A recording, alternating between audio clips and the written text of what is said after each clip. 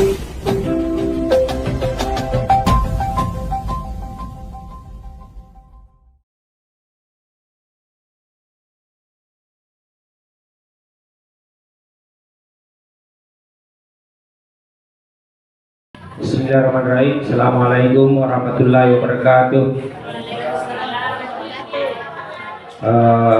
Bapak Ibu yang saya hormati, pertama marilah kita senantiasa memanjatkan puji syukur kehadirat Allah Subhanahu wa taala oleh karena rahmat, taufik serta hidayahnya sehingga pada pagi hari ini kita bersama-sama hadir di tempat ini untuk melaksanakan suatu kegiatan yang merupakan tugas kami dari CGP Angkatan ke-10 untuk melaksanakan diseminasi modul 1.4 budaya positif.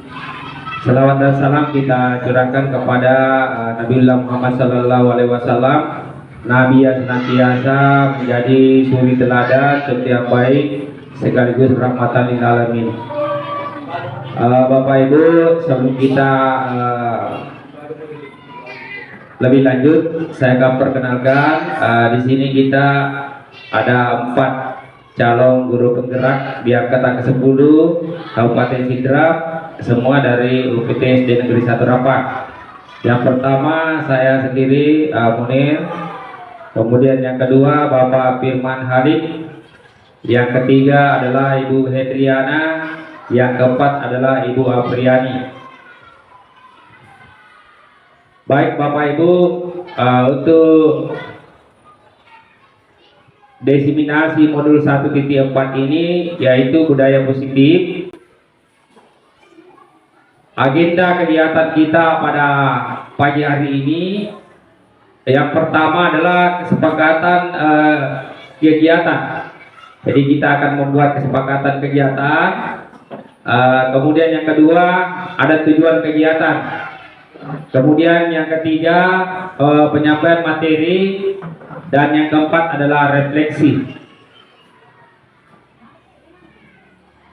Kita mulai kesepakatan kegiatan. Jadi kesepakatan ini nanti bisa diubah, Bu. Bisa diubah. Ya. Yang pertama, setiap peserta memiliki kesempatan untuk bertanya ataupun menyampaikan pendapat. Jadi Bapak Ibu nanti bisa menyampaikan pertanyaan, juga menyampaikan pendapat. Kemudian yang kedua, saling menghormati jika ada yang berbicara. Jadi kalau ada teman kita yang sedang menyampaikan pertanyaannya, sebaiknya kita mendengar. Ya. Kemudian selanjutnya, ketiga adalah mengikuti kegiatan dengan perasaan gembira, hati senang. Jadi kegiatan ini kita harus memiliki perasaan senang. Bagaimana Bapak Ibu? Sesuai kesepakatan kegiatan kita hari ini, adakah yang mau diubah atau mau ditambahkan?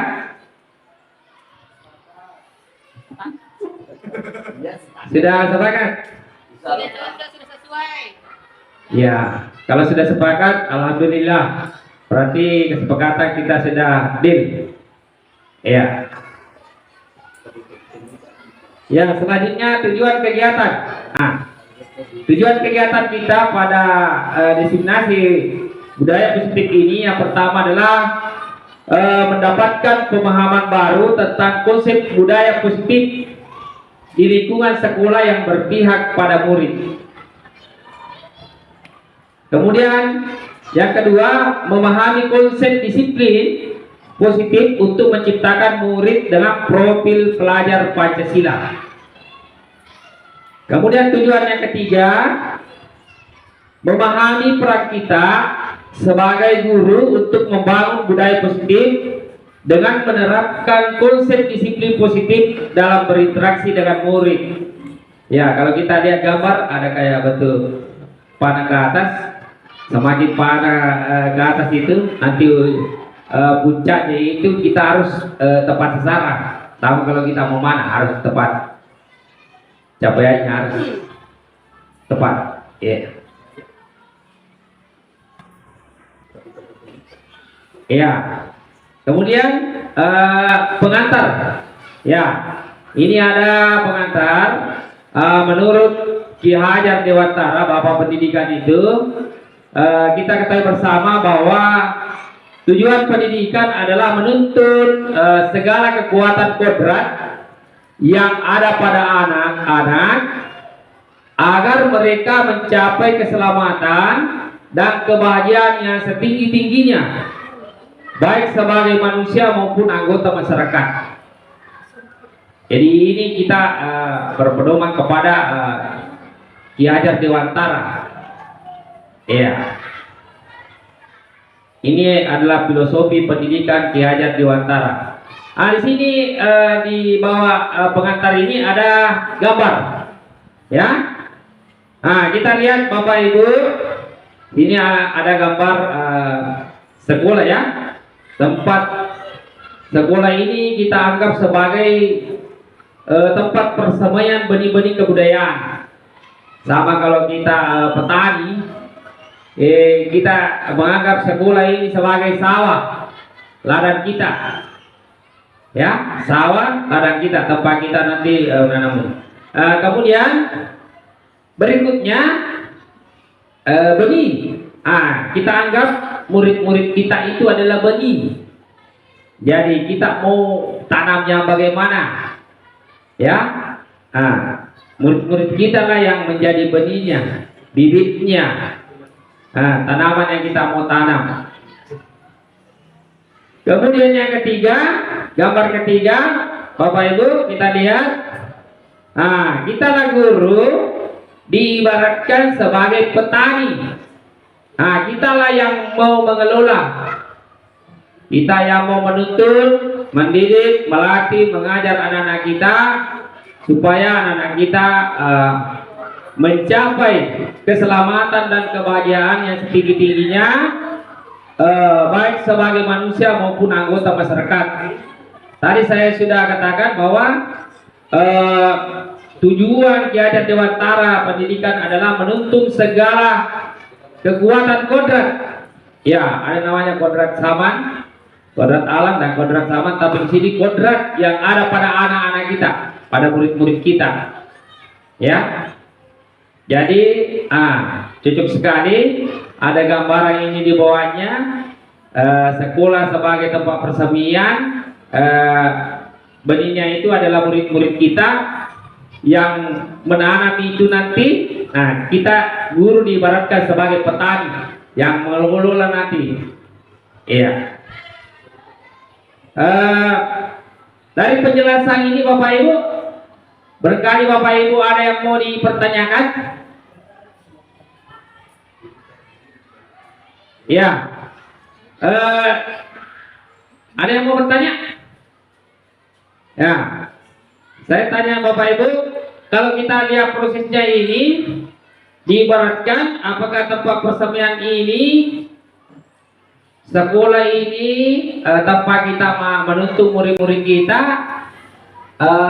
terkadang budaya positif itu kita mengalami hambatan dalam penerapan budaya positif, termasuklah kedisiplinan, kebersihan. Jadi kira-kira apa hambatan Bapak Ibu dalam penerapan budaya positif? Apa hambatan Bapak Ibu dalam menerapkan budaya positif di lingkungan sekolah kita? Ada yang bisa menjawab Bapak Ibu?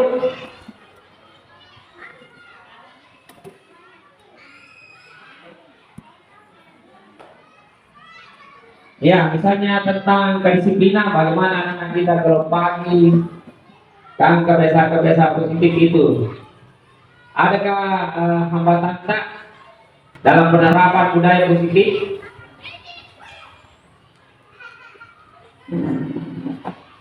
Ya. Ada yang bisa mengungkapkan? Terima kasih atas kesempatan yang diberikan kepada saya. Hambatan yang dihadapi pada saat data terlambat di sekolah yaitu karena ini siswa guru sudah datang, tetapi siswanya masih bermain di luar, maksudnya dia masih singgah terus untuk belajar kemudian masuk di lingkungan sekolah. Jadi hambatannya di sana Pak, kita itu guru kadang mencari siswa kemana ini siswa, kenapa mencari alasannya, bagaimana siswa ini bisa datang terlambat ke sekolah Pak. Begitu. Terima kasih. Aturan yang harus kita jadikan budaya atau kebiasaan, sehingga kalau kita menemukan hambatan seperti yang diungkapkan oleh Ibu, tentu kita harus menjemput anak-anak kita di depan, ya, di bagian gerbang, kemudian kita sambut sehingga anak-anak itu setelah masuk di lingkungan sekolah dia akan langsung menuju ke kelasnya, kemudian melaksanakan aturan-aturan yang telah disepakati bersama. Kemudian setelah itu dia akan melaksanakan piket-piket di dalam kelas maupun di luar kelas. Ini merupakan sering kita memang dapatkan anak-anak kita tidak langsung menuju ke kelas setelah masuk di lingkungan sekolah. Namun solusinya kita selalu menasihati bahwa setiap kita datang ke sekolah itu, yang pertama kita lakukan adalah kebiasaan-kebiasaan membersihkan supaya sekolah kita menjadi bersih, lingkungan kita menjadi nyaman, sehingga indah kelihatan sekolah kita. Kemudian setelah anak-anak kita sudah melaksanakan kegiatannya, tentu melangkah kegiatan berikutnya. Jadi senantiasa kegiatan-kegiatan itu terkontrol sehingga kita Bapak Ibu guru bisa melihat langsung bahwa dalam pelaksanaan kegiatan-kegiatan, aturan-aturan yang kita sudah sepakati akan menjadi budaya atau kebiasaan yang positif. Itulah yang kita mau terapkan. Iya, masih ada yang mau bertanya Bu? Bertanya Bu tentang budaya positif? Bukan saja dari masalah kebersihan, yang lain-lainnya juga. Artinya kebiasaan-kebiasaan yang dilakukan anak kita di sekolah yang membuat mereka merasa nyaman setelah adanya budaya-budaya positif itu.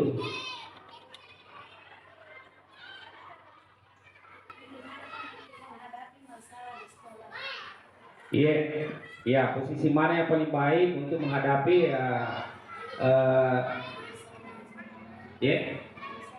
masalah di sekolah ya? Tentu iya, kita berdasarkan 5 posisi kontrol ya. 5 posisi kontrol yang harus kita terapkan. Yang pertama adalah kita ada namanya penghukum. Iya. Bagaimana Bapak Ibu? Apakah memberikan hukuman itu baik untuk siswa kita? Ya, tentunya kita harus memberikan hukuman yang mendidik. Jadi kemudian yang kedua, membuat merasa bersalah. Jadi anak-anak kita itu yang melakukan kesalahan-kesalahan, setelah kita memberikan posisi kontrol, dia akan merasa tidak nyaman, kemudian rendah diri, kemudian mengeluarkan kata-kata yang lembut. Akhirnya mereka sudah merasa bahwa dia merasa bersalah setelah membuat kesalahan. Contoh misalnya apabila ada anak kita melakukan kesalahan, kita memberikan, ibu sangat kecewa sekali dengan kamu. Kalimatnya ya, yang kita ungkapkan bahwa ibu sangat kecewa sekali dengan kamu. Kemudian baruskah kita terapkan hal seperti itu Bu?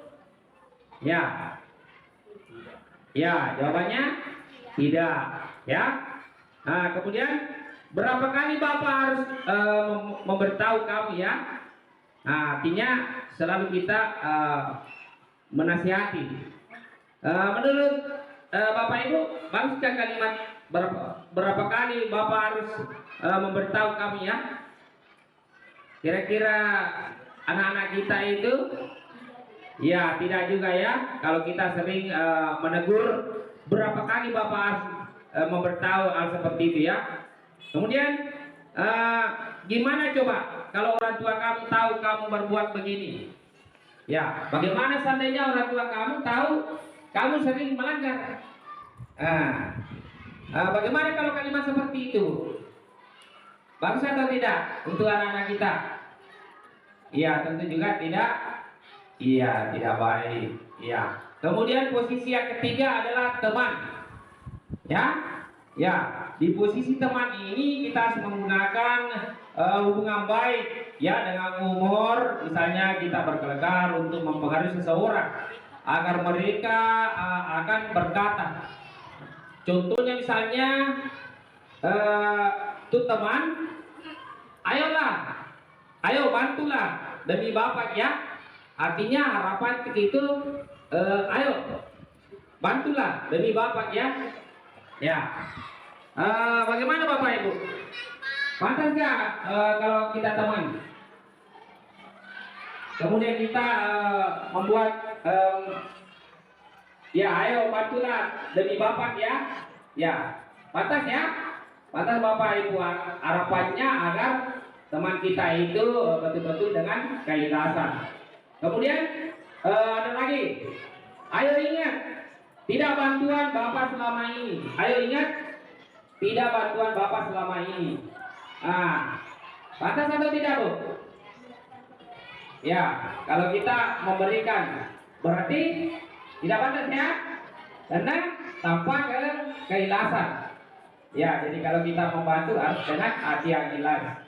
Kemudian berikutnya, ya sudah, kali ini tidak apa-apa, nanti ibu bantu bereskan. Ya, bagaimana dengan kalimat ini Bapak Ibu? Pantas atau?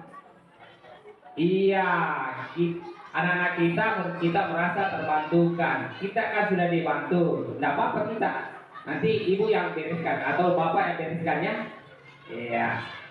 Kemudian posisi yang keempat adalah pemantau. Ya, pemantau di sini, memantau berarti mengawasi, dan kita punya tanggung jawab perilaku orang-orang yang kita awasi. Memantau berdasarkan pada peraturan-peraturan dan konsekuensi. Ada konsekuensi ya. Dengan menggunakan sanksi atau konsekuensi ini dapat memisahkan hubungan pribadi kita dengan murid sebagai seorang yang menjalankan posisi pemantau. Ya, posisi pemantau. Jadi posisi pemantau ini akan memantau aturan yang kita sepakati bersama. Contoh misalnya, peraturannya apa? Ya, tentu siswa kita mau tahu peraturannya apa yang ada di sekolah kita. Nah, kalau dia sudah tahu, jadi apakah pertanyaan ini baik atau kurang untuk siswa kita? Ya, misalnya kalau ada melanggar, dia bertanya, saya tidak tahu aturan ini Pak, sehingga saya melanggar. Jadi kalau kita misalnya memberikan kalimat pertanyaan, peraturannya apa? Nah, kita beritahu sama murid-murid kita, ya. Nah, setelah dia mengetahui bahwa ternyata ada aturan seperti ini, misalnya contoh apel pagi dilarang membuang sampah, ya, buanglah sampah pada tempatnya, ya. Kemudian apa yang telah kamu lakukan? Ini juga perlu. Kalimat yang sangat baik itu adalah apa peraturan yang Bapak yang kamu lakukan? Ya, dia harus tahu peraturan yang saya lakukan apa. Apakah sesuai dengan aturan yang kita sepakati? Kemudian pantas Pak ya, dia harus tahu peraturannya Bu ya. Nah, kemudian yang ketiga, sanksi atau konsekuensinya apa? Jika saya melanggar, sanksinya apa? Perlu nggak Bu? Perlu nggak diberitahu anak-anak kita, murid kita? bahwa kalau kalian melanggar ada konsekuensinya, ada sanksinya. Perlu Bu ya, supaya mereka tahu bahwa kalau saya terlambat misalnya, saya tidak membersihkan, ada sanksi yang diberikan. Namun sanksi itu adalah mendidik ya, tujuannya supaya murid-murid kita terbiasa untuk budayakan positif ini. Kemudian posisi yang terakhir adalah manajer. Ya, manajer kita ketahui bahwa posisi di mana guru berbuat sesuatu bersama dengan murid. Jadi kita mempersilahkan anak-anak kita untuk berbuat sesuatu, kita manajernya, kita yang memberikan panduan yang baik. Kemudian kita berkolaborasi bagaimana memperbaiki kesalahan-kesalahan yang telah kita buat. Di sini Bapak Ibu, saya berharap jawabannya hanya setuju dan tidak setuju. Kita lihat pertanyaan pertama. Hukuman dapat mendisiplinkan anak. Setuju? Iya. Ya, jawabannya tidak setuju ya Bu ya. Tidak selamanya hukuman itu dapat mendisiplinkan anak. Iya. Kemudian yang kedua, pemberian hukuman dengan hal positif dapat meningkatkan disiplin anak. Bagaimana Bapak Ibu? Setuju atau tidak setuju? Iya, kalau ada kata positif, ya setuju. Jadi memberi hukuman dengan hal positif, kalau hal positif, itu. Kemudian yang ketiga, reward, memberikan penghargaan dapat meningkatkan motivasi belajar anak. Setuju Bapak Ibu? Setuju. Iya, kita memberikan hadiah reward bagi anak-anak kita, misalnya yang berprestasi, dapat membantu teman sejawat temannya ya dalam hal belajar. Tapi dengan catatan kita memberikan hadiah atau reward itu tidak berlebihan. Ya, tidak berlebihan, yang sederhana saja. Misalnya kita beri hadiah buku, pulpen yang dia butuhkan sesuai dengan pembelajarannya.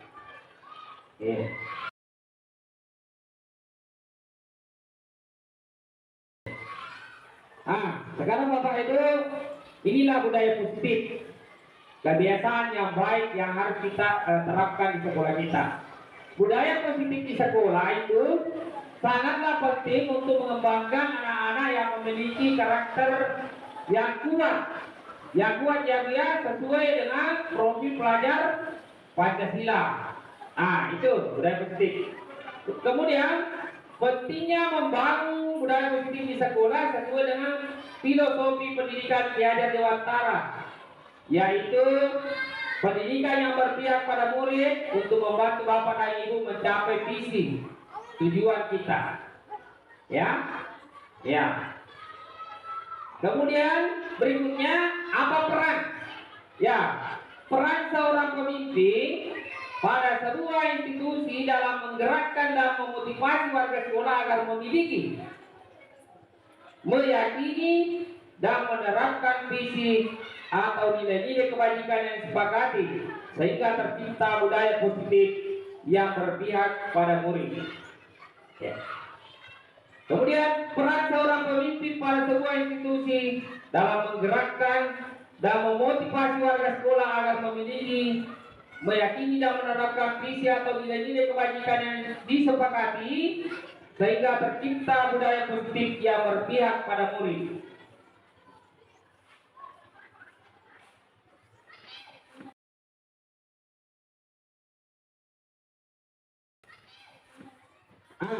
Kita masuk disiplin positif dan nilai-nilai kebajikan universal.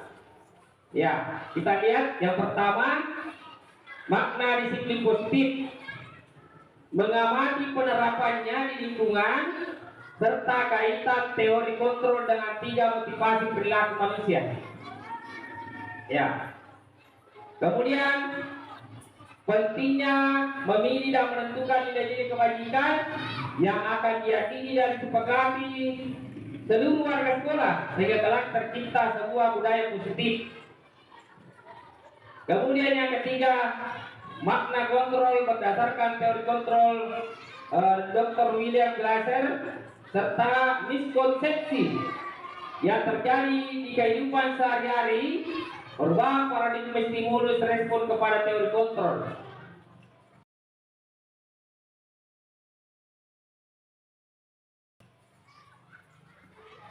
Kita lihat ada gambar, ya, tangan digepal. Ya, pada kegiatan pertama ini inisial B. Ya, coba kita lihat bersama Bapak Ibu. B adalah mencoba dengan segala cara untuk membuka kepalan tangan Anda. Coba Bapak Ibu, kepalkan semua tangan Anda. Ya, kepalkan semua.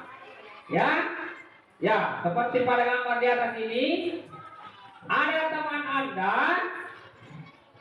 B ini boleh membujuk, boleh merayu, bahkan menghardik, mengintimidasi, memarahi, menggoda, mengkritik, bahkan menawari Anda uang agar Anda bersedia membuka kepala tangan Anda. Sekarang saya tanya Bapak Ibu, mau kita buka kepala tangan tak? Iya. Tidak. Jawabannya? Ya. Kalau mau dibukai, bisa dikasih uang. Ya, nih. Tapi lihat dulu kalimatnya di atas. Ya, bersediakah Anda membuka kepala tangan Anda kalau Anda diberi uang untuk membuka kepala tangan Anda? Ini rahasia. Ya, kita genggam dulu terus, nanti aplikasinya ada pada siswa murid kita di sekolah nanti. Iya, nanti kita temukan jawaban sendiri. Bahwa kalau saya lepas kepala tangan Anda, maka yang terjadi ini, ya berbagai godaan ini Bu, berbagai godaan. Bahkan ada menggeliti-geliti, menggeliti-geliti itu, ya.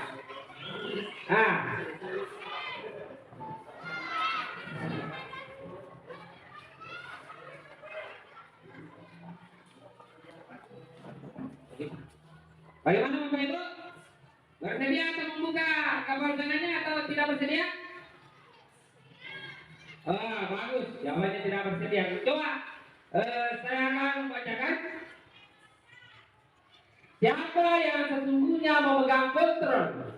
Ya, kita sebagai guru, siapa sesungguhnya yang memegang kontrol, yang menutup kepala tangan atau berusaha dengan segala cara untuk membuka kepala tangan rekannya?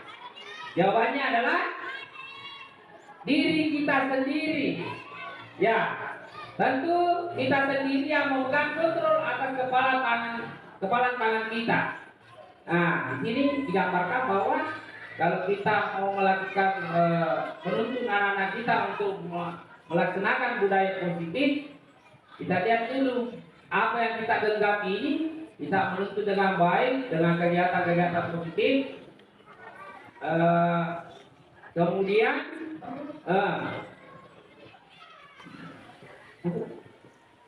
Bismillahirrahmanirrahim. Assalamualaikum warahmatullahi wabarakatuh. Sambil menikmati makanannya, jadi saya melanjutkan apa yang telah disampaikan oleh Bapak Kepala Sekolah. Tapi terlebih dahulu kita mungkin perlu menyalakan lampu supaya agak terang. Nah, tadi ada 5 posisi kontrol. Yang pertama penghukum, yang kedua pembuat rasa bersalah. Sekarang di antara kedua ini, apakah ada yang patut kita lakukan? Yang pertama penghukum. Nah, tentu jawabannya tidak ya, karena seorang guru tidak semestinya menjadi seorang penghukum. Yang kedua, pembuat merasa bersalah. Jadi kalau ada siswa yang melanggar, kita sebagai seorang guru kita memberikan pertanyaan-pertanyaan yang membuat siswa merasa bersalah, apa itu bagus atau tidak? Ya, ada yang mengatakan tidak dan ada yang mengatakan pasti bagus. Jadi antara bagus dan tidak. Jadi tergantung bagaimana cara kita membuatkan sebuah pertanyaan kepada siswa. Ditakutkan juga kalau terlalu cara kita bertanya terlalu menekan siswa, itu akan berdampak pada mental peserta didik tersebut. Jadi misalnya kalau kita orang Bugis, misalnya kita mengatakan bekesiakan di lo pernah coba nggak mitaku, itu merasa bersalah dan ada posisi penghukum sebagai guru. Nah, yang ketiga ada sebagai teman. Jadi kita menganggap siswa ini sebagai teman. Jadi ada nilai positifnya dan ada juga nilai negatifnya. Ya, misalnya kalau yang bagus itu misalnya ketika siswa melanggar, misalnya menjatuhkan minumannya bagi siswa yang membawakan minuman, kita mengatakan coy minuman tak dulu bersihkan, itu kayak kita berbahasa sama siswa seakan-akan kita teman. Jadi siswa yang akan membersihkan itu tidak merasa tertekan pada saat membersihkan minuman yang tumpah, dibandingkan dengan cara kita bertanya begini, kalau tidak mau bersihkan bapak akan hukum. Itu kan lebih menekan mental peserta didik. Selanjutnya ada posisi pemantau. Jadi kita sebagai guru lebih memantau peserta didik. Misalnya jika ada siswa yang melanggar, kita tanya, masih ingatkah kamu peraturan yang ada dalam kelas kita? Misalnya ada yang tidak menyapu. Nah, pasti siswa ingat, oh iya Pak, saya menyapu pada saat tugas piket. Misalnya juga ada siswa yang terlambat masuk. Nah, masih ingatkah kamu aturan yang ada di sekolah kita? Kan ditanya dulu supaya siswa menyadari sendiri perbuatannya dan menyadari sendiri apa yang dia langgar. Kemudian yang terakhir ada posisi kontrol sebagai manajer. Ini yang paling bagus sebenarnya. Jadi ketika ada permasalahan di sebuah sekolah atau di sebuah kelas, di dalam kelas kita bersama dengan murid memecahkan masalah tersebut. Jadi secara tidak langsung kita juga melatih sistem pemecahan masalah pada siswa kita. Nah, begitupun di sekolah yang selama ini kita telah laksanakan, jika ada masalah kita rapatkan. Kita buat dulu rapat, jadi sebagai kepala sekolah, jadi bapak itu tidak mengambil keputusan secara langsung. Jadi yang selama ini kita lakukan itu sudah bagus, karena kita merembukkan, kita mendiskusikan jika terjadi masalah. Misalnya kemarin yang kegiatan rekreasi itu, meskipun bukan masalah, tapi kita rembukan dulu. Jadi posisinya bapak kepala sekolah sebagai manajer. Bapak mendengarkan pendapat kita, kemudian pendapat kita ditampung, kemudian didiskusikan. Nah, itulah posisi kontrol sebagai manajer. Kemudian kita masuk ke materi selanjutnya. Kemudian kita harus mengetahui tentang makna miskonsepsi tentang makna kontrol. Jadi sebelumnya memasuki makna kata kontrol ini, ada kata miskonsepsi. Jadi miskonsepsi itu adalah sebuah kesalahpahaman. Jadi harus kita tahu, jadi kita harus menambah kamus kita bahwasanya miskonsepsi adalah sebuah kesalahpahaman. Jadi apa yang terjadi kesalahpahaman apa yang terjadi pada makna kata-kata kontrol ini? Apakah kita sebagai guru hanya mengontrol semua kegiatan murid dan lain-lain sebagainya? Nah, kita lihat. Menurut psikiater dan pendidik Dr. William Glasser dalam kontrol teori yang kemudian hari berkembang dan dinamakan choice theory, meluruskan beberapa miskonsepsi tentang makna kontrol.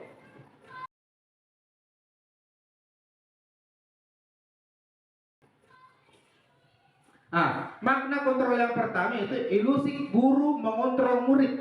Ini yang paling banyak selama ini kita lakukan.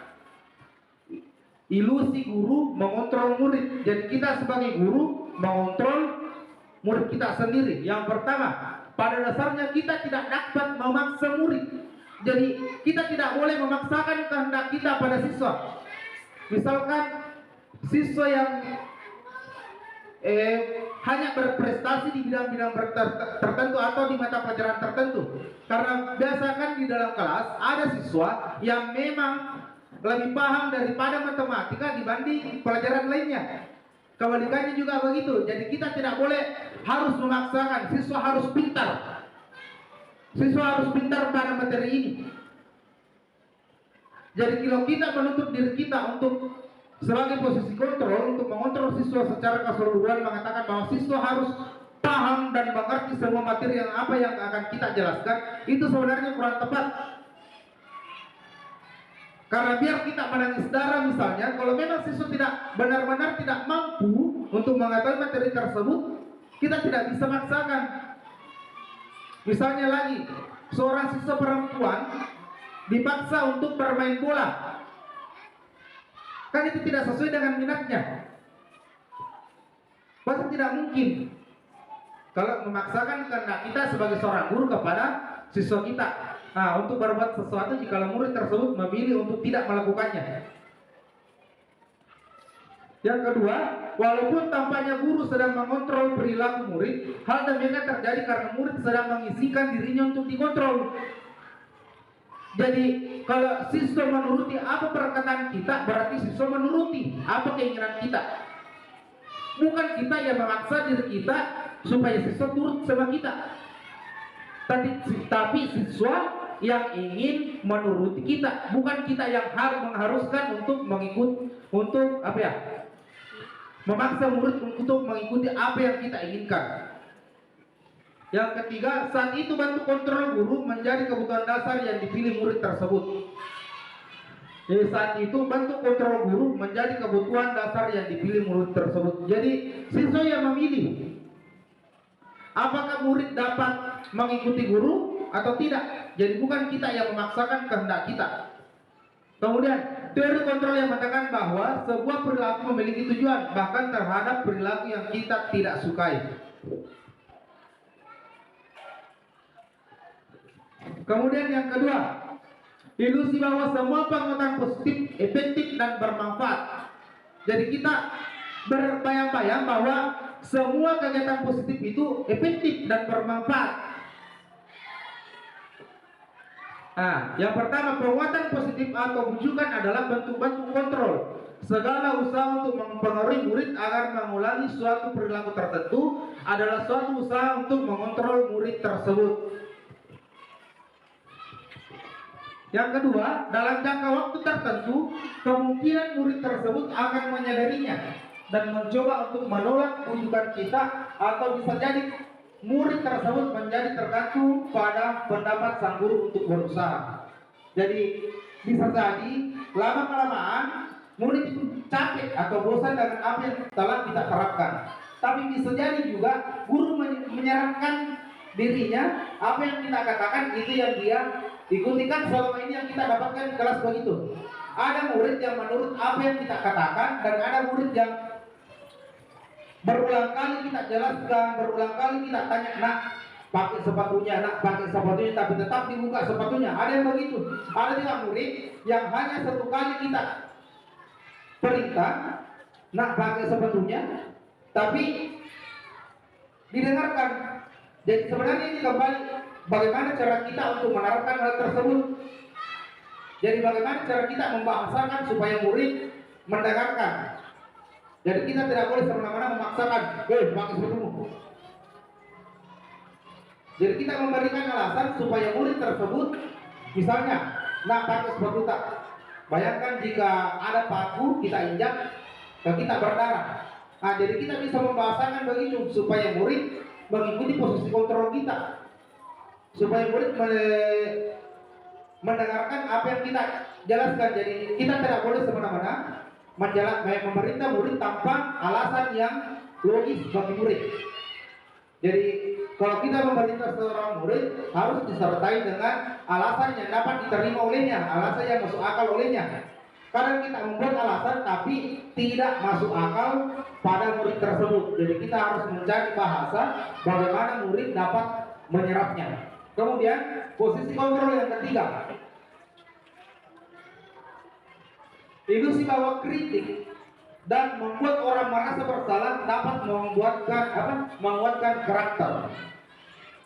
Membuat orang merasa bersalah dapat menguatkan karakter. Kita lihat penjelasan yang pertama, menggunakan kritik dan rasa bersalah untuk mengontrol murid menuju pada identitas gagal. Mereka belajar untuk berusaha untuk merasa buruk tentang diri mereka.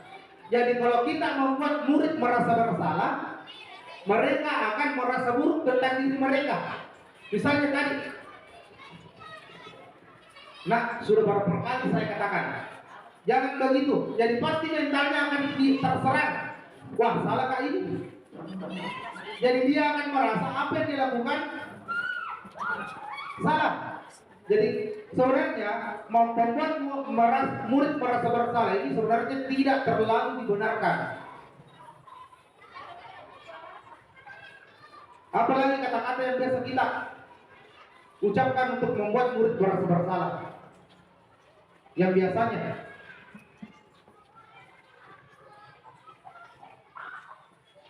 coba dibayangkan kira-kira yang pernah kita katakan kepada murid, kata-kata apa yang pernah kita katakan dan membuat murid tersebut merasa bersalah. Misalnya apa?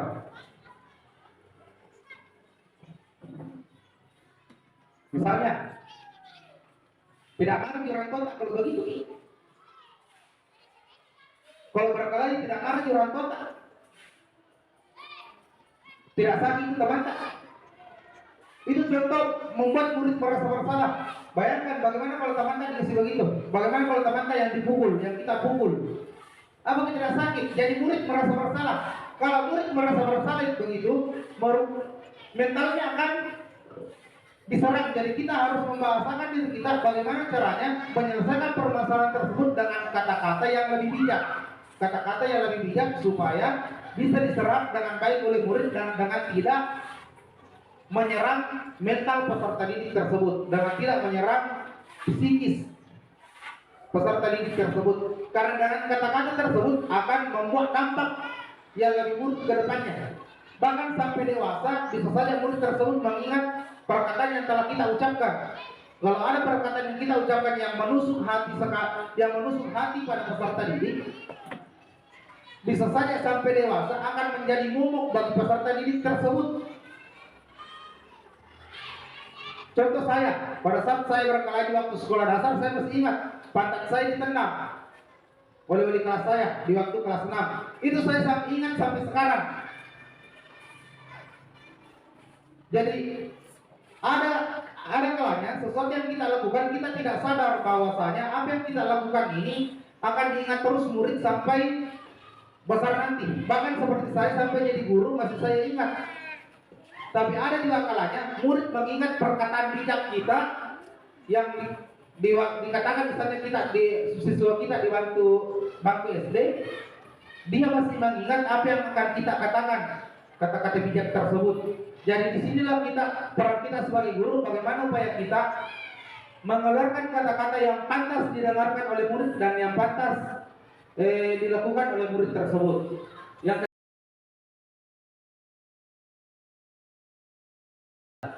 makna disiplin. Ketika mendengarkan kata disiplin, apa yang terbayang di benak kita? Apa yang terlintas di pikiran kita? Bisa dijawab. Makna kata disiplin. Apa yang terlintas? Pasti pelanggaran, peraturan, mengikuti peraturan. Itulah yang terlintas di benak kita. Kita lihat. Next.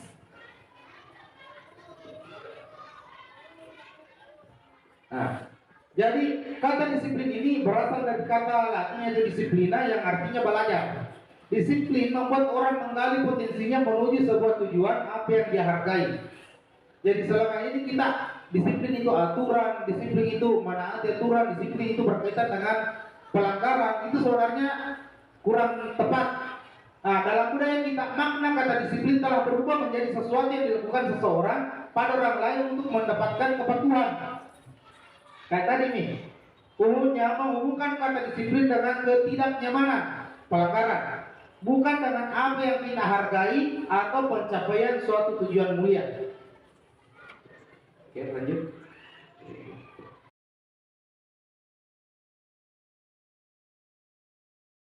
Nah, kemudian nilai-nilai kebajikan universal.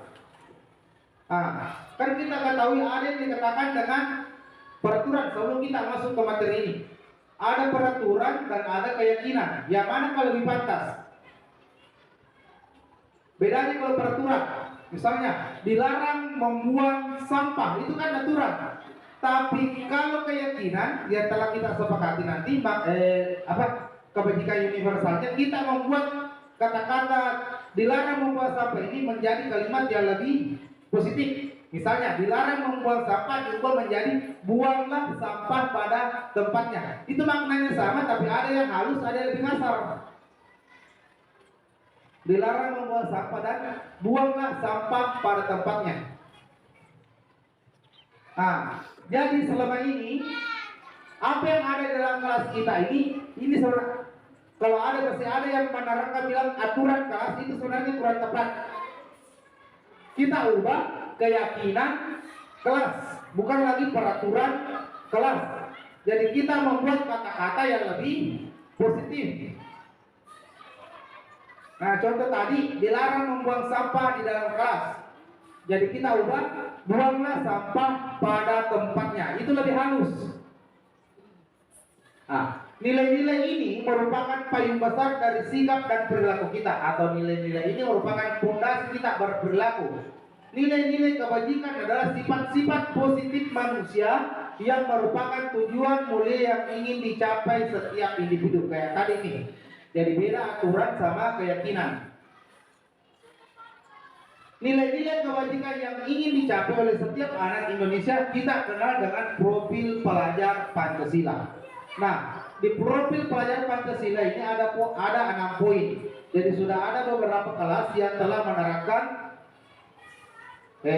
kurikulum Merdeka, dan di kelasnya sudah menempelkan profil pelajar Pancasila. Yang pertama, profil pelajar Pancasila ini beriman, bertakwa kepada Tuhan Yang Maha Esa, dan berakhlak mulia. Jadi di profil pelajar Pancasila ini ditekankan keimanan, ketakwaan, dan akhlak, ya, dan beriman kepada Tuhan Yang Maha Esa. Yang kedua, siswa mandiri. Jadi sebagai seorang guru kita hendaknya tidak selalu membantu siswa. Kita mengajarkan peserta didik kita untuk supaya lebih mandiri. Jadi seharusnya kita memilih metode pembelajaran yang sesuai dengan karakteristik profil pelajar Pancasila. Misalnya PJBL, Project Based Learning.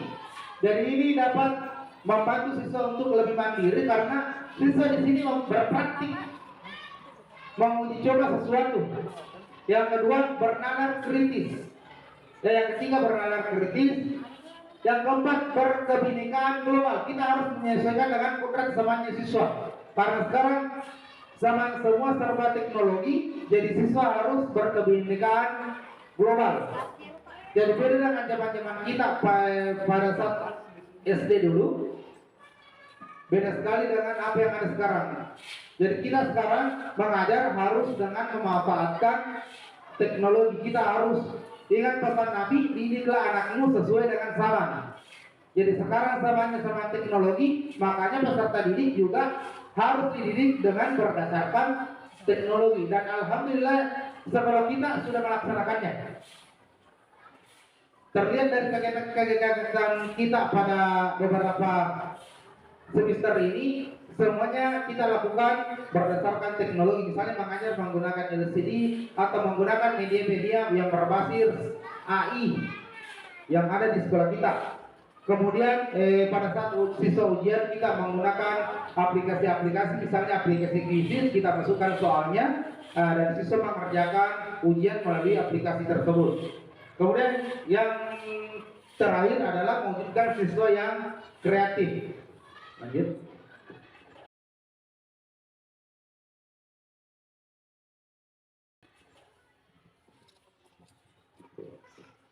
Teori motivasi, hukuman, dan penghargaan serta restitusi.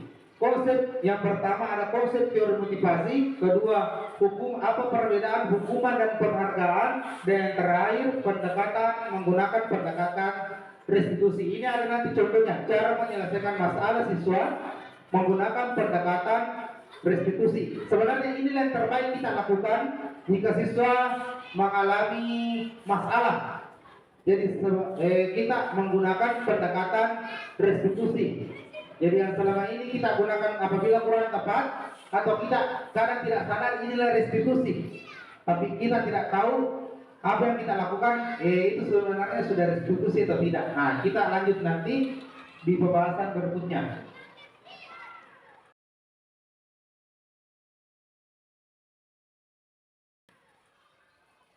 Yang pertama, teori motivasi perilaku manusia.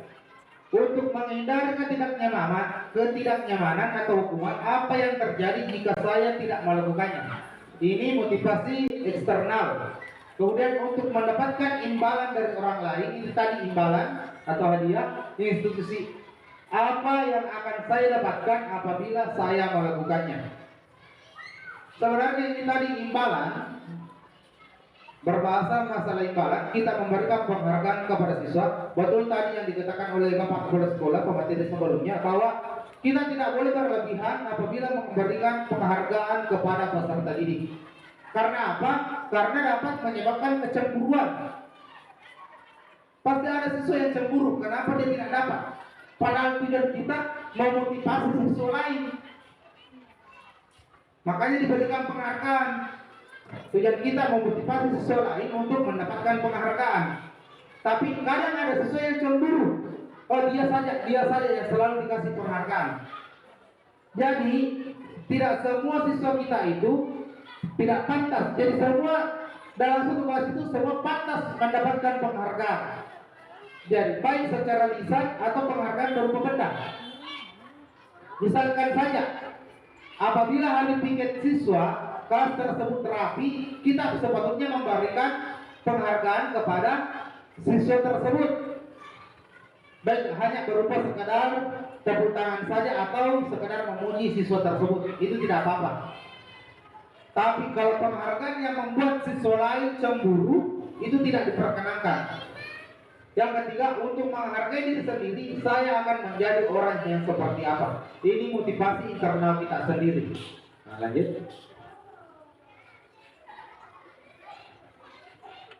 Nah, ini ada apa motivasi Anda melakukan sesuatu?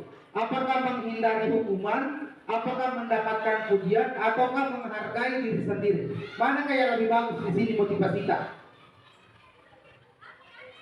Apakah menghindari sebuah hukuman, misalnya PNM? Apakah PNM itu kita laksanakan untuk menghindari supaya kita dapat sertifikasi atau tidak? Apa itu tujuan tak untuk mengerjakan PNM kita? Semoga bukan. Yang kedua, mendapatkan pujian.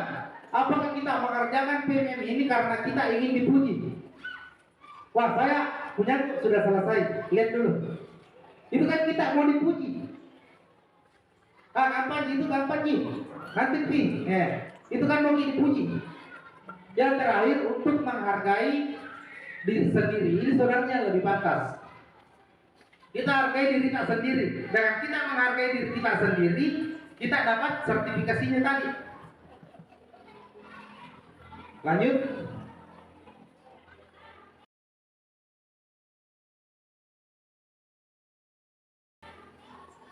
Ada dihukum oleh penghargaan. Ada tadi ini kita tidak boleh memberikan siswa penghargaan secara berlebihan.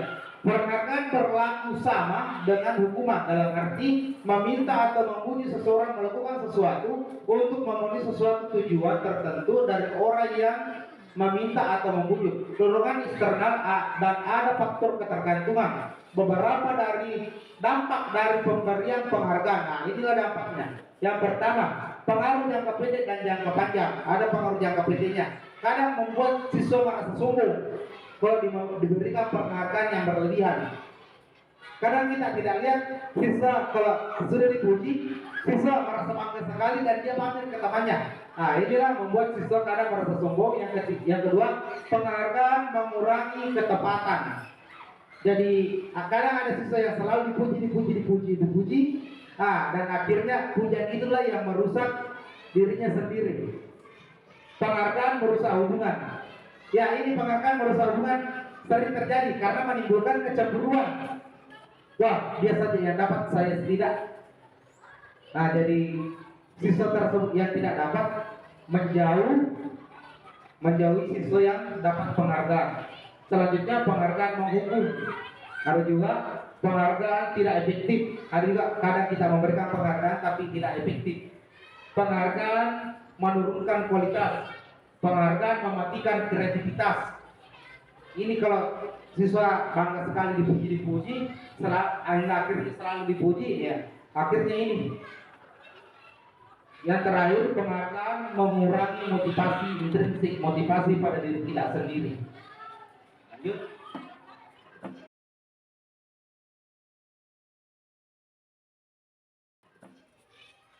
Nah, dihukum oleh penghargaan. Ini contohnya dihukum oleh penghargaan. Misalnya, mencatat 100 kali dalam buku, saya tidak akan terlambat lagi karena terlambat ke sekolah, bla bla bla bla bla. Jadi kita memerintahkan siswa mencatat, saya tidak akan terlambat lagi, atau saya akan pintar membaca. Siswa disuruh menulis kesekian 100 kali, itu sebenarnya tidak dibenarkan. Yang kedua, lari mengelilingi lapangan basket 2 kali karena terlambat hadir sekolah. Ini dengan alasan lain, karena terlambat hadir ke sekolah. Beda dengan olahraga. Kalau olahraga diperbolehkan, ya beda sekali ya. Kalau siswa disuruh lari karena melanggar, itu sebenarnya tidak tepat. Yang ketiga, murid diminta untuk push up 15 kali karena tidak menggunakan topi saat upacara. Ini menghukum ini. 4. Menggantikan kertas tugas teman yang telah dicoret-coret. Ini benar atau tidak? Bagus atau tidak? Poin keempat. Ya, itu sebenarnya bagus. Kemudian, membersihkan tumpahan air di meja karena tersenggol pada saat belajar. Kita nanti lihat penjelasannya. Next, ada penjelasannya. Nah, ini dia.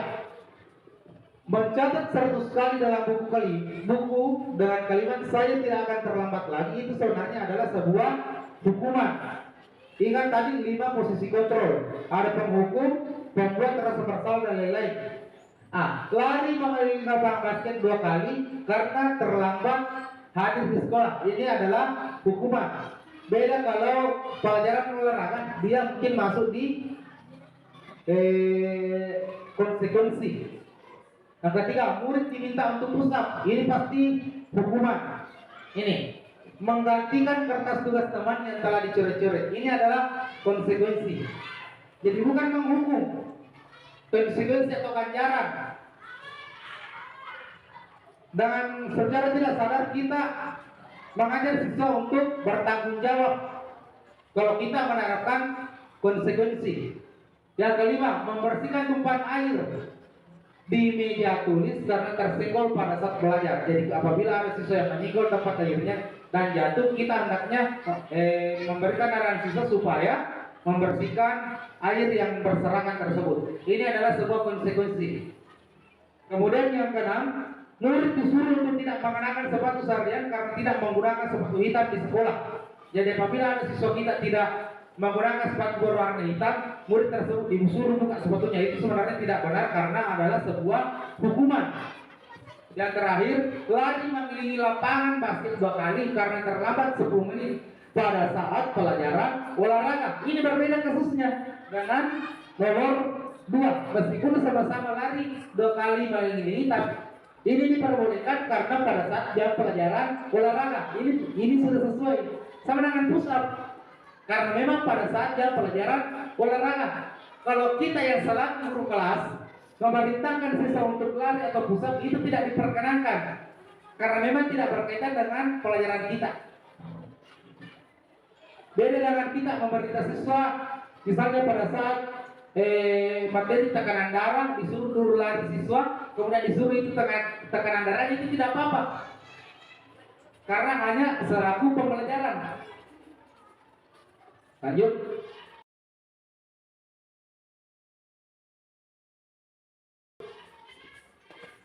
Apa itu restitusi? Ini tadi apabila siswa mendapatkan masalah. Restitusi adalah proses menciptakan kondisi bagi murid untuk memperbaiki kesalahan mereka, sehingga mereka bisa kembali pada kelompok mereka dengan karakter yang lebih kuat.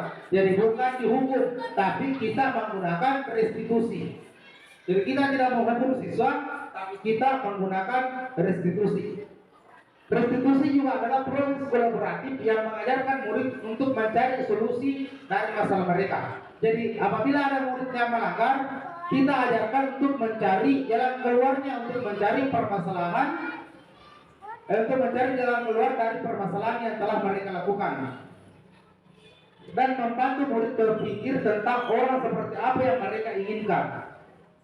Apakah mereka ingin terus melanggar dan lain-lain. Kita tanya-tanya, kita wawancara murid di sini. Dan bagaimana mereka harus memperlakukan orang lain. Lanjut.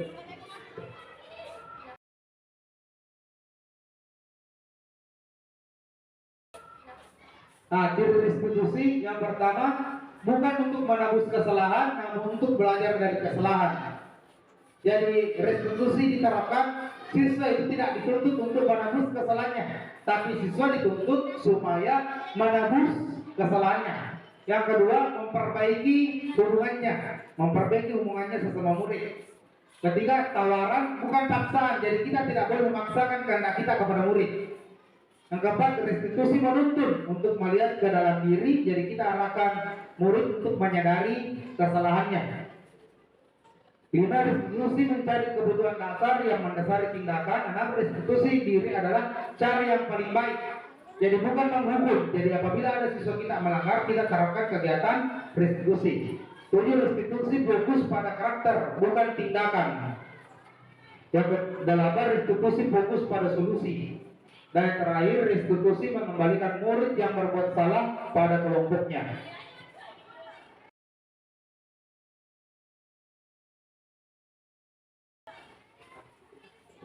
Jadi ada keyakinan kelas. Mengapa kita memiliki peraturan tentang penggunaan helm saat berkendara sepeda motor? Kenapa ada peraturan disuruh pakai helm pada saat berkendara? Pasti jawabannya supaya selamat, supaya tidak dihukum oleh polisi, atau supaya tidak ditilang. Nah, yang kedua, mengapa kita harus menerapkan protokol kesehatan? Tentu jawabannya supaya kita sehat. Yang ketiga, mengapa kita punya peraturan untuk tepat waktu datang ke pelatihan? Supaya tidak malu-malu, mungkin begitu jawabannya. Nah, nilai-nilai keselamatan atau kesehatan inilah yang disebut dengan sebagai suatu keyakinan, yaitu nilai-nilai kebajikan universal yang disepakati secara tersirat dan tersurat, lepas dari latar belakang suku, negara, bahasa maupun agama. Nah, jadi materi selanjutnya, contoh-contoh restitusi dan lain-lain akan dipaparkan oleh teman CGP selanjutnya, yaitu Ibu Apriyani. Kepadanya dipersilakan. Baik, terima kasih Bapak Ibu atas waktu dan kesempatannya pada hari ini. Jadi kegiatan diseminasi ini kami lakukan sebagai bentuk aksi nyata modul 1 Omtitia 4, yaitu budaya positif, di mana kita diharapkan menerapkan pembelajaran yang berpusat pada didik dengan budaya-budaya positif yang kita laksanakan di sekolah.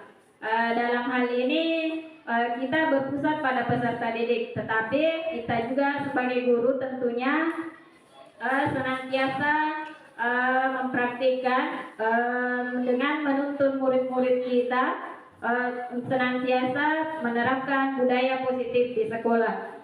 Nah, lanjutan dari materi tadi yaitu keyakinan kelas. Nah, dalam membuat sebuah keyakinan kelas ini, yang pertama kita lakukan yaitu melakukan koordinasi dengan kepala sekolah. Kemudian, nah ini beberapa keyakinan kelas yang sebelum kami membuatnya, kita berkoordinasi dengan Bapak Kepala Sekolah. Kemudian setelah berkoordinasi dengan Bapak Kepala Sekolah, kita berkoordinasi dengan rekan-rekan guru. Kita mengadakan rapat-rapat untuk menanyakan sebuah keyakinan-keyakinan apa yang akan kita buat untuk meningkatkan pendidikan di sekolah kita. Tentunya tetap berpusat pada murid. Selanjutnya, ini setelah membahas bersama rekan-rekan guru dan Bapak Kepala Sekolah, kita melakukan kolaborasi dengan murid-murid tentang rencana pembentukan keyakinan kelas. Nah, di dalam pembentukan keyakinan kelas ini kita harus membuat sebuah keyakinan yang kita sepakati bersama murid, yang jelas baik yang berpusat pada murid, baik itu berupa perilaku, kedisiplinan, maupun keaktifan dalam pembelajaran. Nah, ini setelah kita berkolaborasi dengan kepala sekolah, rekan guru, dan siswa, ini sudah kita buat sebuah keyakinan kelas, ini di kelas 5B oleh Pak Firman. Nah, ini keyakinan kelas di kelas 1A, di mana murid menuangkan segala keyakinan yang telah dibuatnya dalam sebuah papan keyakinan kelas. Next.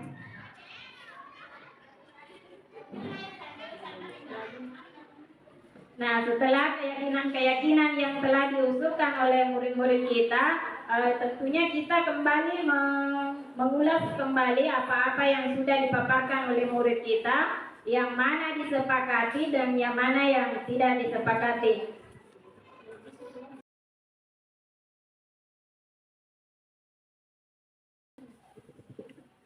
Nah, kembali ke materi, ini terkait kebutuhan dasar manusia dan dunia yang berkualitas, di mana dalam kegiatan pembelajaran kita tentunya terdapat beberapa masalah-masalah yang kita hadapi. Masalah itu bisa timbul jika salah satu dari kebutuhan dasar manusia ini, di sini sudah dijelaskan ada 5 kebutuhan dasar manusia. Jika salah satunya tidak terpenuhi akan ada hambatan nantinya. Nah, seluruh tindakan manusia itu memiliki tujuan tertentu. Semua yang kita lakukan adalah usaha terbaik kita untuk mendapatkan apa yang kita inginkan. Sebetulnya, saat kita sedang memenuhi satu atau lebih dari satu kebutuhan dasar kita, yaitu kebutuhan untuk bertahan hidup yang biasa disebut survival, kemudian kasih sayang dan rasa yang diterima, love and belonging, kemudian kebebasan atau freedom, kesenangan, fun, dan penguasaan. Nah, ketika seorang murid melakukan sesuatu perbuatan yang bertentangan dengan nilai-nilai kebajikan atau melanggar dari aturan, hal itu sebenarnya dikarenakan mereka gagal memenuhi salah satu kebutuhan dasar manusia. Yang mana yang kita ketahui kebutuhan dasar manusia yaitu bertahan untuk hidup. Jadi untuk bertahan hidup kita misalnya memerlukan makanan, pakaian, kemudian rasa kasih sayang, rasa diterima. Sebagai murid tentunya membutuhkan kasih sayang seorang guru dan merasa diterima di lingkungannya. Dalam hal ini kita sebaiknya menciptakan budaya lingkungan yang aman dan nyaman bagi murid untuk senantiasa berada di sekolah. Kemudian kebebasan. Di sini murid sesuai kurikulum kita, kurikulum Merdeka sekarang, yaitu murid diharapkan bebas dalam belajar. Bukan dalam hal bebas sebebas-bebasnya, tetapi diharapkan murid bebas berkreasi, berkreatif dalam belajar. Selanjutnya kesenangan. Sebagai manusia, sebagai murid tentunya tidak hanya dituntut untuk senantiasa belajar terus-menerus, tapi perlu diimbangi dengan rasa senang, rasa bahagia. Misalnya dalam kegiatan pembelajaran kita di kelas, untuk menghindari rasa bosan bagi murid-murid kita bisa diselingi dengan ice breaking. Ini akan menambah semangat dan fokus peserta didik kita dalam belajar di kelas. Selanjutnya penguasaan.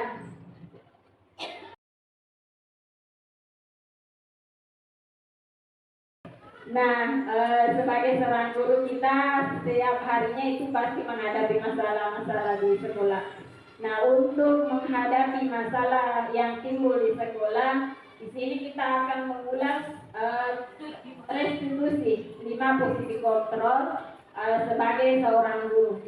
Nah, melalui serangkaian riset berdasarkan teori kontrol Dr. William, berkesimpulan ada 5 posisi kontrol. Yang pertama itu sebagai penghukum, membuat merasa bersalah, sebagai teman, pemantau, dan manajer. Tadi sudah diulas dari rekan pemateri yang lain. Yang pertama itu penghukum, di mana kita ketahui di sini posisi sebagai penghukum, guru bertindak sebagai penghukum atas kesalahan yang dihadapi oleh murid.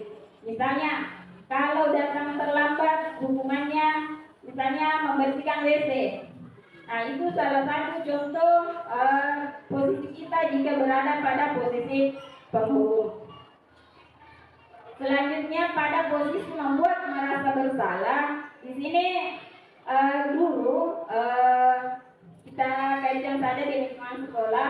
Guru misalnya memberikan beberapa pernyataan yang membuat murid merasa bersalah. Misalnya, nah jangan ribut, nanti ibu ditegur bapak kepala sekolah. Nah, otomatis ini akan menimbulkan rasa bersalah bagi murid karena takutnya nanti kalau ribut ibu gurunya dimarahi bapak kepala sekolah. Itu membuat merasa bersalah. Pada posisi kontrol sebagai teman, di sini untuk kita tingkat SD sebenarnya kurang etis. Kenapa? Karena jika kita bertindak sebagai teman, otomatis siswa murid-murid kita akan semena-mena. Misalnya dalam kegiatan percakapan sehari-hari misalnya, mungkin kalau kita berada di posisi teman, anak-anak akan kurang menghormati bapak dan ibu gurunya. Kecuali untuk tingkat SMP, SMA itu mungkin agak efektif. Kenapa? Misalnya di luar lingkungan sekolah, bisa saja seorang guru melakukan percakapan terkait tugas-tugas yang diberikan, tetapi jika masuk dalam lingkungan kelas, tetap menghargai bapak dan ibu gurunya sebagai guru, bukan sebagai teman. Selanjutnya posisi kontrol yang keempat yaitu pemantau. Dari kata pemantau kita ketahui bahwa itu sebagai guru kita hanya mengawasi murid-murid. Dalam menjalankan sebuah tata tertib, kita sebagai pemantau biasa jika anak didik kita, murid-murid kita melanggar aturan, biasa kita tanyakan, nah apakah pelanggar, apa konsekuensinya jika kamu melanggar, misalnya datang terlambat, apa konsekuensinya, apa sanksinya. Itu kita berada pada posisi pemantau. Selanjutnya untuk posisi manajer. Ini sebenarnya posisi yang paling efektif kita gunakan di sekolah. Di posisi manajer ini kita sebagai guru hanya menuntun dan mengarahkan murid-murid kita untuk menyelesaikan sebuah masalah sesuai profil filosofi pelajaran pendidikan menurut Ki Hajar Dewantara, yaitu menuntun dan mengarahkan murid-murid kita untuk mencapai kebahagiaan dan keselamatan sesuai kodrat alam dan kodrat zaman.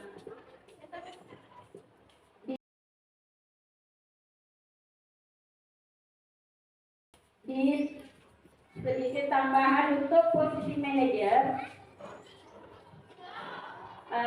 kita memantau murid untuk melakukan memecahkan masalahnya sendiri, mulai dari menyadari kesalahannya, apa kesalahannya, kemudian apa keyakinan-keyakinan yang menurutnya benar. Itu untuk posisi manajer. Selanjutnya, di sini sudah dipaparkan 5 posisi kontrol. Ada identitas gagal. Ini identitas gagal itu kontrol dari luar, pengaruh dari luar dari murid kita. Kemudian ini identitas identitas gagal ini dilakukan untuk menghindari hukuman. Jadi yang dihindari di sini adalah hukuman, bukan atas dasar kesadarannya sendiri. Kemudian untuk identitas hak berhasil atau sukses ini berada pada kontrol dari luar, bukan dari kesadaran dirinya. Kemudian yang ketiga itu identitas sukses berhasil itu berdasarkan kontrol dari dalam dirinya, menghargai diri sendiri. Kalau yang kedua tadi ini itu mengharapkan imbalan atau ketergantungan pada orang lain. Misalnya tadi, kalau mendapat juara atau peringkat 1 akan mendapatkan hadiah. Itu salah satu faktor dari luar. Dia akan mengiming-imingi bahwa kalau saya akan mendapatkan hadiah. Nah, ini akan menyebabkan ketergantungan. Nanti pada saatnya misalnya dia dapat juara menari, misalnya lomba menari juara 1, tetapi tidak diberikan hadiah, nah dia akan muncul rasa kecewa. Ini akan menimbulkan kurang kepuasan bagi murid karena dia tergantung pada hadiahnya. Kemudian untuk penghukum, ini posisi kontrolnya tadi, penghukum. Ini guru yang berbuat, dia menghadik. Contoh sikapnya ini, menghadik, menunjuk-nunjuk, menyakiti dan menyindir anak-anak. Kemudian ini dari segi perkataan, kalau kamu tidak melakukannya, awas ya, rasakan. Jadi ini akan merusak mental murid juga. Kemudian hasilnya nanti murid-murid akan memberontak, menyalahkan orang lain, dan bahkan bisa saja murid-murid itu akan berbohong untuk menghindari kesalahan. Nah, apa kaitannya dengan dunia? Dunia yang berkualitas itu murid merelakan guru di luar dunia pendidikan. Dengan biasa berkata, biarkan saja, nanti juga marah-marah lagi, karena gurunya sering marah-marah. Dampaknya kesalahan itu akan terulang kembali. Itu untuk posisi penghukum. Untuk posisi merasa bersalah, gurunya biasa berceramah, mengatakan seharusnya kamu begini, misalnya ibu kecewa kamu sering datang terlambat, misalnya. Kamu, ini contoh kalimatnya, kamu seharusnya sudah tahu ibu lelah sekali, mengatakan ibu stres. Ini juga hasilnya nanti akan murid-murid akan seringkali berbohong untuk menghindari kesalahan. Biasa murid mengucapkan maafkan saya Bu, dan dampaknya murid-murid akan merasa rendah diri, kurang percaya diri nantinya. Untuk posisi teman, di sini guru akan membuatkan alasan-alasan untuk murid. Biasa guru berkata, ayolah lakukan demi ibu. Masa kamu tidak mau? Ibu tidak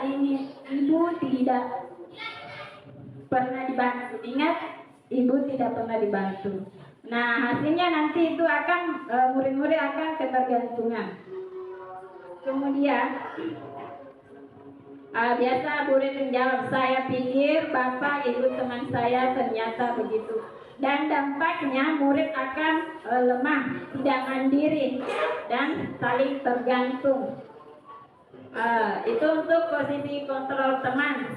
Selanjutnya untuk posisi pemantau, ini guru biasa menghitung dan mengukur setiap perbuatan ataupun kesalahan murid-murid. Misalnya, biasa kalau murid-murid melanggar, biasanya kita sebagai guru menanyakan apa perbuatannya, apakah itu salah atau benar. Kemudian hasilnya nanti akan menyesuaikan apabila diawasi. Jika senantiasa diawasi oleh bapak dan ibu guru, itu akan menyesuaikan nantinya. Bisa berubah, bisa juga tidak. Kemudian Ya, kita lanjut saja. Dampaknya ini akan menitik beratkan pada sanksi atau hadiah seperti yang telah dipaparkan tadi, bahwa jika terus diberikan hadiah itu akan mengalami ketergantungan bagi murid untuk senantiasa mencapai sesuatu hal hanya untuk mendapatkan hadiah. Kemudian posisi manajer itu ini akan menanyakan pertanyaan-pertanyaan yang sifatnya membangun dan menggali kemandirian murid. Misalnya kata guru, apa yang kita yakini? Ini terkait keyakinan kelas. Apa-apa yang sudah kita yakini di dalam kelas kita. Misalnya datang tepat waktu, tidak mengganggu teman atau saling menghormati. Nantinya ini akan menguatkan diri pribadi murid-murid kita. Kemudian dampaknya bagi murid, yaitu murid dapat mengevaluasi dirinya sendiri. Bagaimana cara memperbaiki diri? Biasa ini percakapannya seperti ini. Misalnya siswanya datang terlambat. Apakah itu perbuatan benar atau salah? Biasa kan jawab ya salah. Kira-kira bagaimana caranya supaya kamu datang tepat waktu? Seperti itu bentuk pertanyaan. Jadi di sini kita bisa memposisikan kembali posisi kontrolnya untuk penghukum dan membuat orang merasa bersalah, itu masuk dalam kategori identitas gagal. Kontrol dari luar peserta didik itu tujuannya untuk menghindari hukuman. Selanjutnya untuk posisi teman dan pemantau, ini masuk pada identitas berhasil dan sukses. Sudah berhasil mendidik murid, tetapi ini mendapat kontrol dari luar peserta didik, faktor luar. Ini tujuannya untuk mengharapkan imbalan sehingga menciptakan ketergantungan pada orang lain. Selanjutnya untuk posisi manajer, ini berada pada tingkat identitas berhasil atau sukses, yang mana ini bersumber pada diri murid-murid kita. Faktor intrinsik kontrol diri, di mana peserta didik mulai menyadari kesalahan-kesalahannya sehingga dapat menghargai diri sendiri. Lanjut.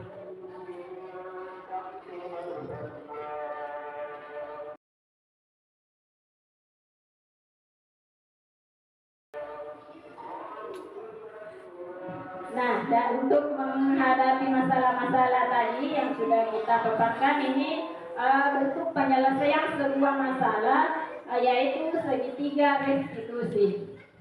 Sudah kenal semua segitiga ya. Jadi di segitiga restitusi ini kita mulai dari menstabilkan identitas.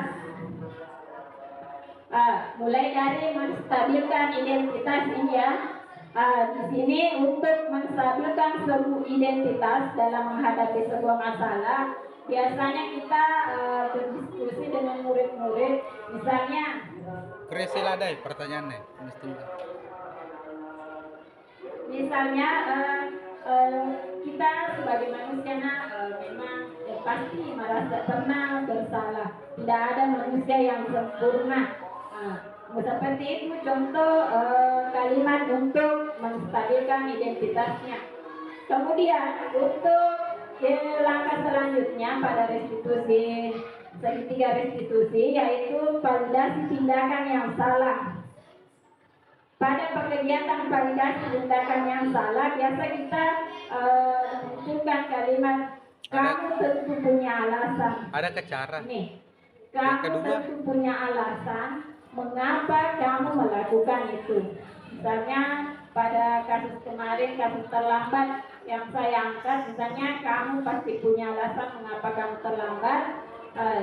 Yang mana murid-murid sudah mulai menyampaikan aspirasinya, menyampaikan alasan-alasannya mengapa dia datang terlambat. Untuk yang ketiga, yaitu menanyakan keyakinan kelas. Setelah anak-anak mulai merasa dia menyadari kesalahannya, Nantinya kita bimbing lagi untuk bagaimana menyelesaikan masalahnya. Ini kita bisa menanyakan keyakinan kelas, contohnya kalau kamu datang terlambat, nah apakah itu perbuatan salah? Artinya murid-murid menjadi jago. Nah, kira-kira bagaimana caranya supaya kamu tidak terlambat, bisa datang tepat waktu ke sekolah? Anak murid akan menjawab alasan-alasannya dan kita kembalikan pada keyakinan kelasnya yang telah kita buat.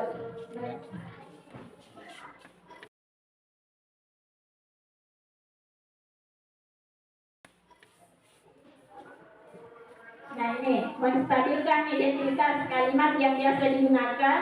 Berbuat salah itu tidak apa-apa ya. Jadi jangan langsung menyalahkan murid bahwa oh kami ini salah, oh kami ini melanggar. Jadi kita stabilkan dulu dengan kalimat seperti berbuat salah itu tidak apa-apa. Tidak ada manusia yang sempurna. Saya juga pernah melakukan kesalahan seperti itu. Kita bisa menyelesaikan masalah ini. Ibu tidak tertarik mencari siapa yang salah, tetapi mencari solusi dari permasalahan ini. Kamu berhak merasa begitu. Apakah kamu sedang menjadi teman yang baik untuk dirimu sendiri? Nah, itu beberapa kalimat yang bisa digunakan untuk menstabilkan identitas murid. Nah, setelah itu kita bisa memvalidasi tindakan yang salah. Seperti kita seperti misalnya, padahal kamu bisa melakukan yang lebih buruk dari ini ya. Kamu pasti punya alasan mengapa melakukan ini. Kamu patut bangga pada dirimu sendiri karena kamu telah melindungi sesuatu yang penting buatmu. Kamu boleh mempertahankan sikap itu, tetapi kamu harus menambahkan sikap yang baru. Jadi kita berusaha menggali nilai-nilai positif pada murid kita. Selanjutnya menanyakan keyakinan. Menanyakan keyakinan kelas. Seperti apa yang kita percaya sebagai kelas atau keluarga. Apa nilai-nilai umum yang telah kita sepakati. Apa bayangan kita tentang kelas yang ideal. Dan kamu mau jadi orang yang seperti apa. Seperti itu bentuk redaksi kalimat untuk segitiga restitusi. Selamat siang, Nak Wildan. Tahukah kamu kenapa Bapak panggil sekarang? Kamu Pak, saya datang terlambat. Menurut Wildan, datang terlambat itu apakah sebuah kesalahan? Iya Pak, datang terlambat adalah sebuah kesalahan.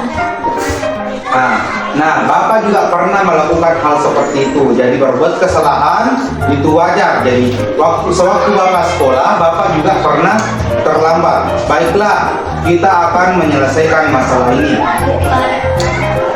Jadi kamu pasti memiliki alasan kenapa kamu terlambat. Tadi malam saya kasihkan menonton televisi Pak, jadi saya begadang. Oh, begitu ya. Jadi apabila kamu menonton televisi hingga larut malam, apakah orang tuamu tidak marah? Tidak Pak. Nah, memang menonton televisi itu asyik. Jadi hingga kita lupa untuk tidur karena keasyikan dalam menonton televisi. Nah, Wildan kan tahu apakah keyakinan kelas itu harus dilakukan. Apa yang akan Wildan lakukan untuk melaksanakan keyakinan kelas yang telah kita buat? Saya tidak akan menonton televisi hingga larut malam Pak. Bagus sekali. Supaya datang tepat waktu. Oke, bagus sekali ya Nak. Jadi Bapak harap Nak Wildan tidak mengulangi kejadian yang terjadi pada hari ini. Janji Nak? Oke, silakan duduk. Nah itu tadi salah satu contoh sebuah kasus di mana Nak Wildan datang terlambat ke sekolah. Nah sekarang saya tanya Bapak Ibu, apakah dalam penyelesaian kasus yang ditayangkan tadi sudah menerapkan pemecahan masalah dengan metode segitiga restitusi. Apakah sudah mengikuti alur segitiga restitusi? Ya, baik. Terima kasih Bapak Ibu. Berarti sudah paham ya. Nah, kira-kira untuk menstabilkan identitas di mana letaknya? Mungkin dari kata-katanya tadi, di mana letak menstabilkan identitasnya?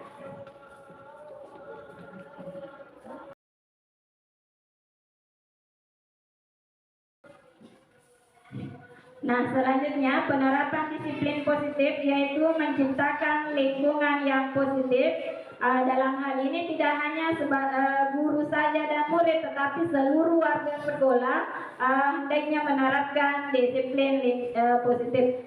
Kemudian selanjutnya tujuan mulia dari penerapan disiplin positif adalah agar terbentuk murid-murid yang berkarakter, berdisiplin, santun, jujur, peduli, bertanggung jawab, dan merupakan pembelajar sepanjang hayat sesuai dengan standar kompetensi lulusan yang diharapkan.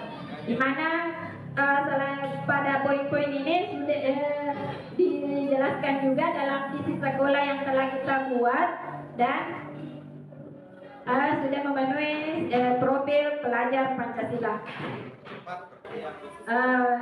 Sampai di sini untuk pembahasan materi pada diseminasi model 1.4 terkait budaya positif. Mungkin dari beberapa teman guru ada yang ingin ditanyakan terkait penerapan budaya positif dan segitiga restitusi dalam pemecahan sebuah masalah. Assalamualaikum warahmatullahi wabarakatuh. Waalaikumsalam warahmatullahi wabarakatuh. Terima kasih atas kesempatan yang diberikan kepada saya. Yang ingin saya tanyakan yaitu yang pertama, bagaimana mewujudkan sebuah keyakinan kelas? Kita membuat aturan dan harapan yang berpusat pada murid yang bisa kita kembangkan baik dari segi perilaku, kedisiplinan maupun keaktifan murid dalam belajar. Yang pastinya kita harus menyesuaikan, kita harus memberikan pemahaman penuh kepada murid sehingga nanti dalam penerapannya murid-murid kita tidak akan mengalami kendala atau permasalahan dalam melaksanakan keyakinan kelasnya. Untuk langkah-langkahnya tadi sudah dijelaskan mulai dari kolaborasi dengan kepala sekolah, rekan guru, murid-murid hingga membuat sebuah keyakinan kelas. Mungkin seperti itu Ibu. Ya, oke, terima kasih. Nah, baik, itulah tadi pemaparan diseminasi pada hari ini, yaitu budaya positif. Lebih dan kurangnya mohon dimaafkan. Wabillahi taufiq wal hidayah. Assalamualaikum warahmatullahi wabarakatuh. Dan salam guru penggerak, bergerak dan menggerakkan. Terima kasih.